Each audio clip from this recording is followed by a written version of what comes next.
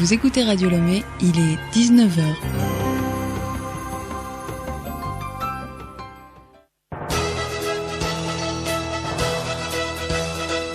Le journal Bénédicte Kanda.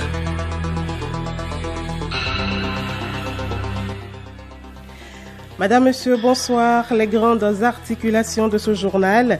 Promotion du tourisme au Togo. Un site web www.togotourisme.tg a été lancé ce mardi à Lomé dans le cadre de la Journée mondiale du tourisme célébrée ce 27 septembre. Le Conseil des établissements privés en réunion depuis ce mardi à Lomé réfléchit à la qualité dans l'enseignement supérieur. Les exigences de la norme ISO 9001 au centre des échanges.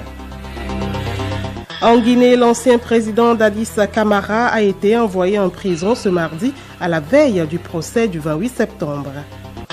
Et puis sport, football, éliminatoire de la CAN des moins de 23 ans. Les éperviers passent le cap du premier tour en battant la Mauritanie par 2-0. Score à l'aller 0-1.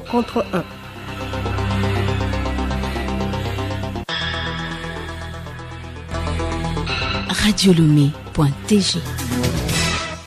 Bienvenue à tous. Le site web de promotion du tourisme togolais a été lancé ce mardi à Lomé. Le www.togotourisme.tg est associé à une application mobile du même nom. Cette cérémonie de lancement marque la célébration de la Journée mondiale du tourisme. Pour la circonstance, un film documentaire résumant les grandes destinations touristiques du Togo a été projeté. Juliette Camdet pour des précisions. Sur cette voie de Bella Bello, le film présente les différentes régions du Togo et leurs destinations touristiques. Il vient comme pour illustrer les informations disponibles sur le site web. Asengi Mafissa, directrice de la planification et du développement touristique. La mise en place de ce site a pour principal objectif de toucher le plus grand nombre de cibles en matière de promotion touristique. Il ne suffit pas d'aller se faire représenter dans les salons ou bien d'aller faire la disposition des prospectus. Aujourd'hui, l'heure est à la digitalisation et c'est pour cela que le ministère a jugé bon de pouvoir suivre ce rythme de digitalisation en créant ce site web de promotion touristique. Le secteur du tourisme a souffert de la pandémie de Covid-19. Le digital est un point important pour sa relance. Avia, Kossi, Doji, Jean, promoteurs d'hôtels. Comme c'est un lancement, je pense qu'ils nous ont montré que les points généraux, on espère qu'ils vont l'améliorer au fur et à mesure pour regrouper les diversités culturelles, pour bien attirer les touristes. Pour le ministre de la Culture et du Tourisme, il est nécessaire de développer une offre touristique de loisirs au Togo. Dr Kosivik Benyon Lamadoko. Cette dynamique déjà enclenchée par le gouvernement veut faire du tourisme un secteur à fort potentiel économique, suivant les missions clairement assignées au projet 19 de la feuille de route gouvernementale, je cite, développer une offre touristique de loisirs. Une conférence débat a marqué la fin des activités du jour.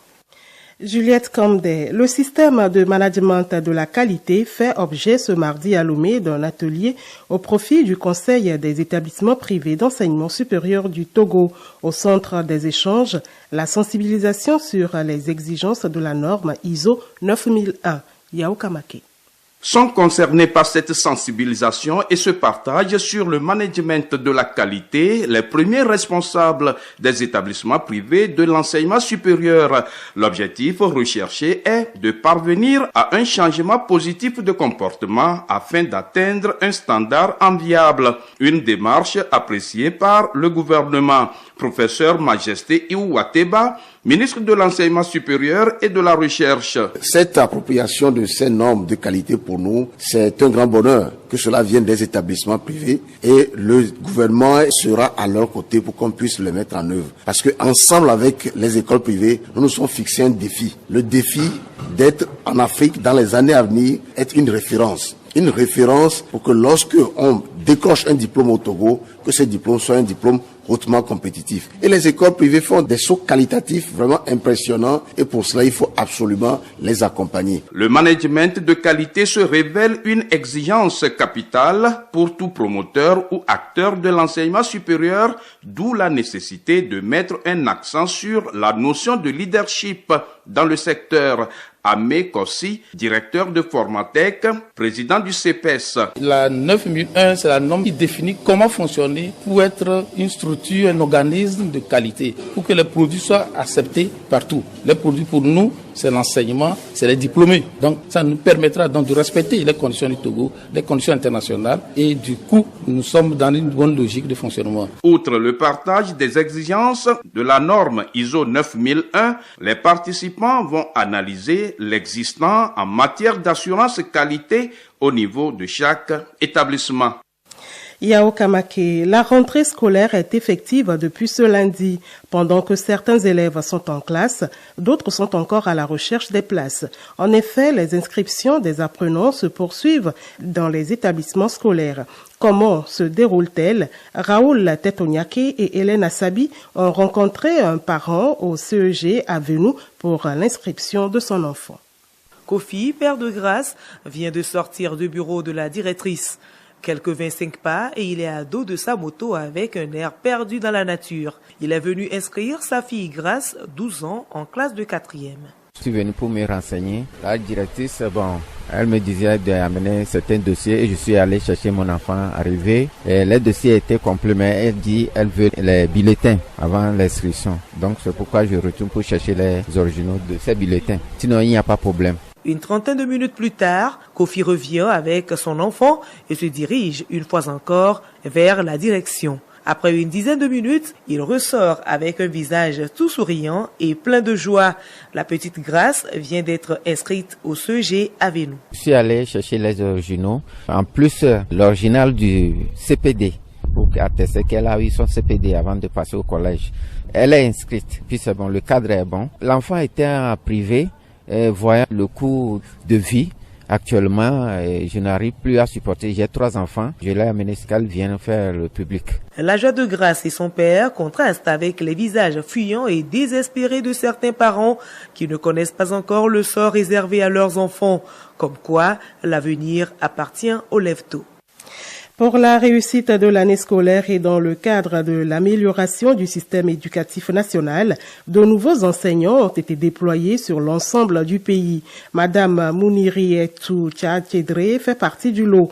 Elle est à son nouveau poste à l'école primaire publique de Sandolao dans la préfecture de la Kosa. Son portrait avec Nathalie Kwanegay depuis Kara.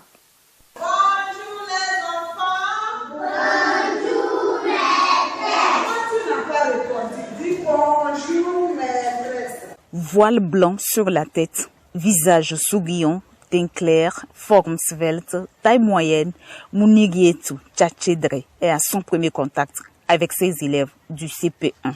Je viens d'être affectée à EPP Sondolo et on m'a confié la classe de CP1. Les nouveaux venus sont dépaysés. Quand on leur parle, c'est pas tout le monde qui arrive à répondre. Donc c'est peut-être avec le temps, ils vont s'habituer. Âgée de la quarantaine, la nouvelle maîtresse à la démarche rapide compte jouer sur sa tendresse de mère pour mieux encadrer ses enfants. Oui, il a tout.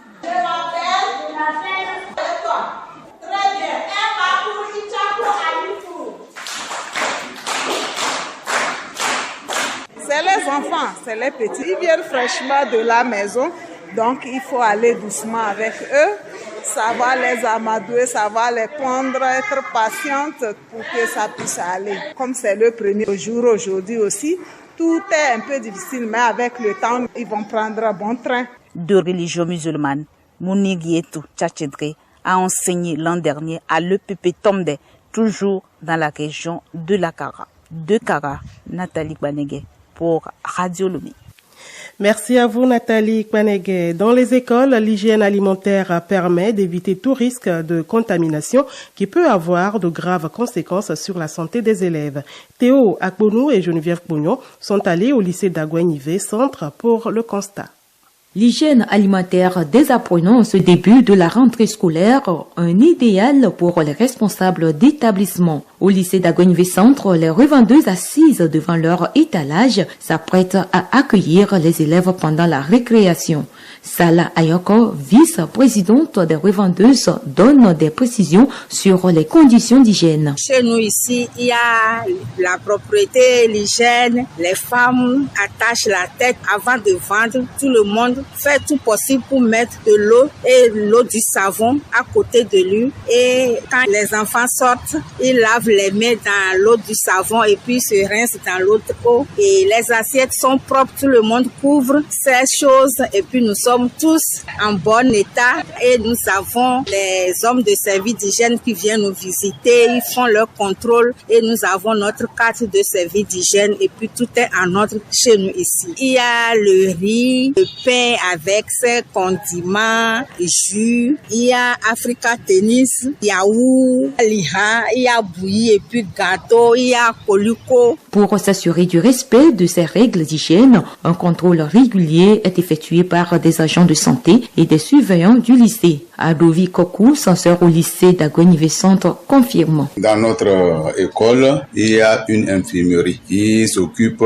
des cas de santé des élèves. Mais du côté de la restauration, nous avons des bonnes femmes qui viennent vendre. Et chaque année, elles sont bien suivies. Il y a un assistant d'hygiène qui vient chaque année les consulter. Par moment, nous faisons des visites inopinées pour voir l'état des repas. Les surveillants les font, nous aussi nous les faisons. Et puis, de plus, elles renouvellent leur carte d'hygiène. Aucun enfant ne s'est jamais plaint d'un mauvais repas. Vivement que les règles d'hygiène alimentaire soient respectées dans tous les établissements scolaires pour une bonne santé de nos enfants.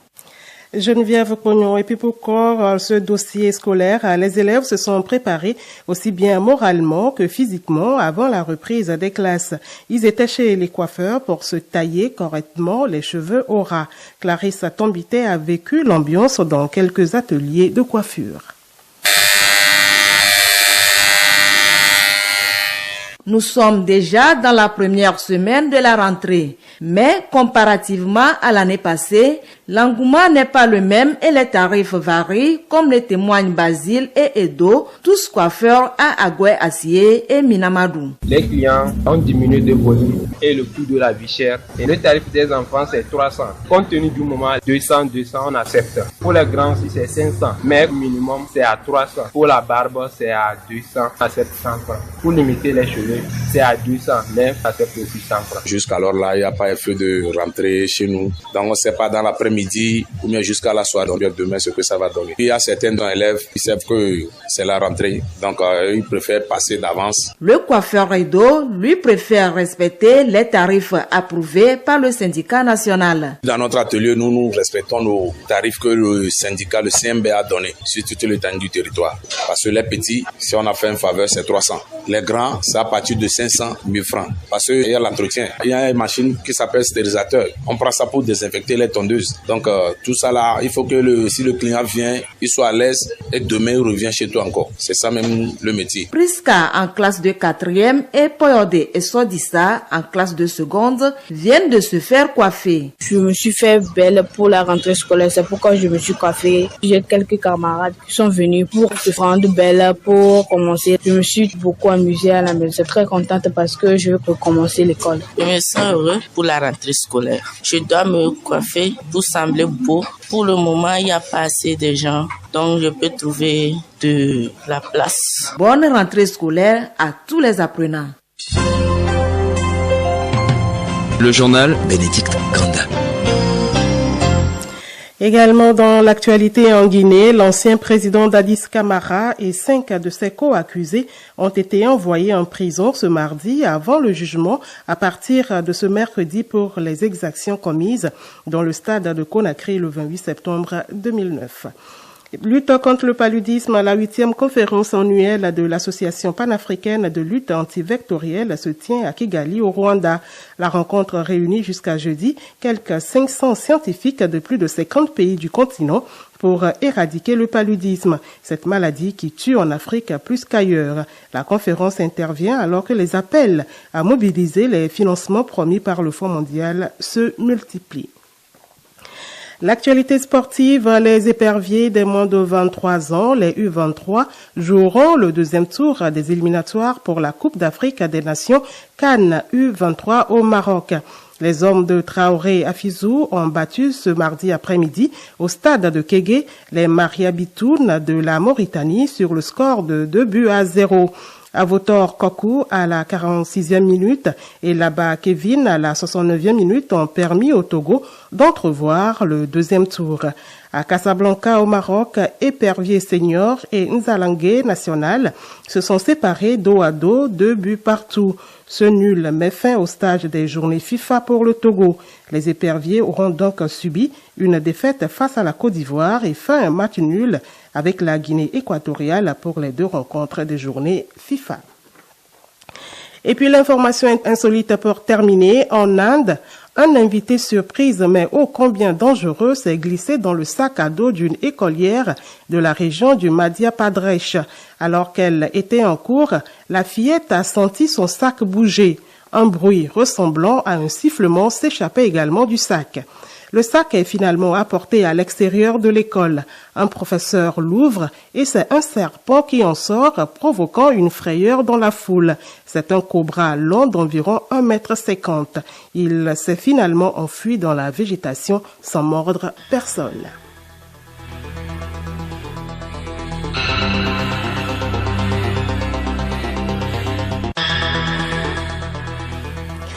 Madame, Monsieur, voilà, c'est la fin de ce journal. Merci de l'aimable écoute. Le rappel de l'essentiel. Promotion du tourisme au Togo, un site web www.togotourisme.tg a été lancé ce mardi à Lomé dans le cadre de la Journée mondiale du tourisme célébrée ce 27 septembre. Très bonne soirée à l'écoute de la station du plaisir.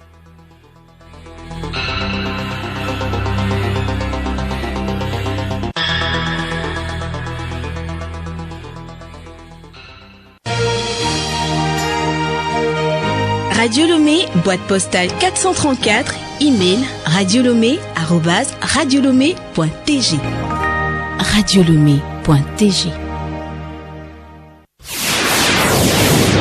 Les ondes radio se propagent à 300 000 km/s. Le son met un peu plus d'1 seconde pour atteindre la Lune. On entendra cette pub sur Mars dans 4 minutes et sur Jupiter dans une demi-heure. Bienvenue à nos amis extraterrestres qui nous écoutent. Radio Lomé, tout le système solaire. Gardez l'écoute. La pub. La pub.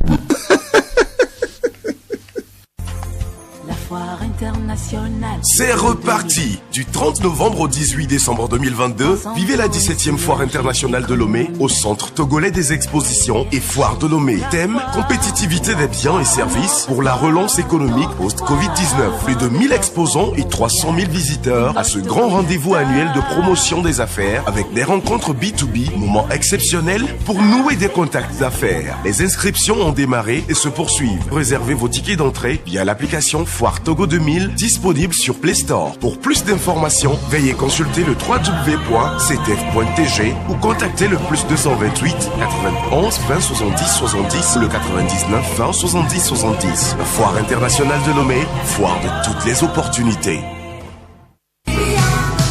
L'École supérieure d'administration et de gestion Notre-Dame de l'Église Isaac NDE, Tocoin et Avepozo vous ouvre encore ses portes pour cette rentrée académique des formations de qualité. PT, BTS, licence et master professionnels en sciences économiques et de gestion, sciences politiques, juridiques et de l'administration, technologie informatique et de gestion avec nos formations délocalisées de chez Submeti, étudiées à Lomé dans les mêmes conditions de confort comme si vous étiez au Maroc. Isaac NDE, c'est aussi l'ingénierie de formation et des systèmes d'emploi IFSE de Toulouse, le commerce international de Médicis Business School MBS de Paris, l'expertise comptable d'EcoGEF et d'ESCOGEF de l'UMOA. Un concours de bourse est organisé pour les premières et les troisièmes années. Info au 90 35 60 50 98 79 04 98 et sur le www.isaacnde.org. Isaac NDE au large de l'excellence.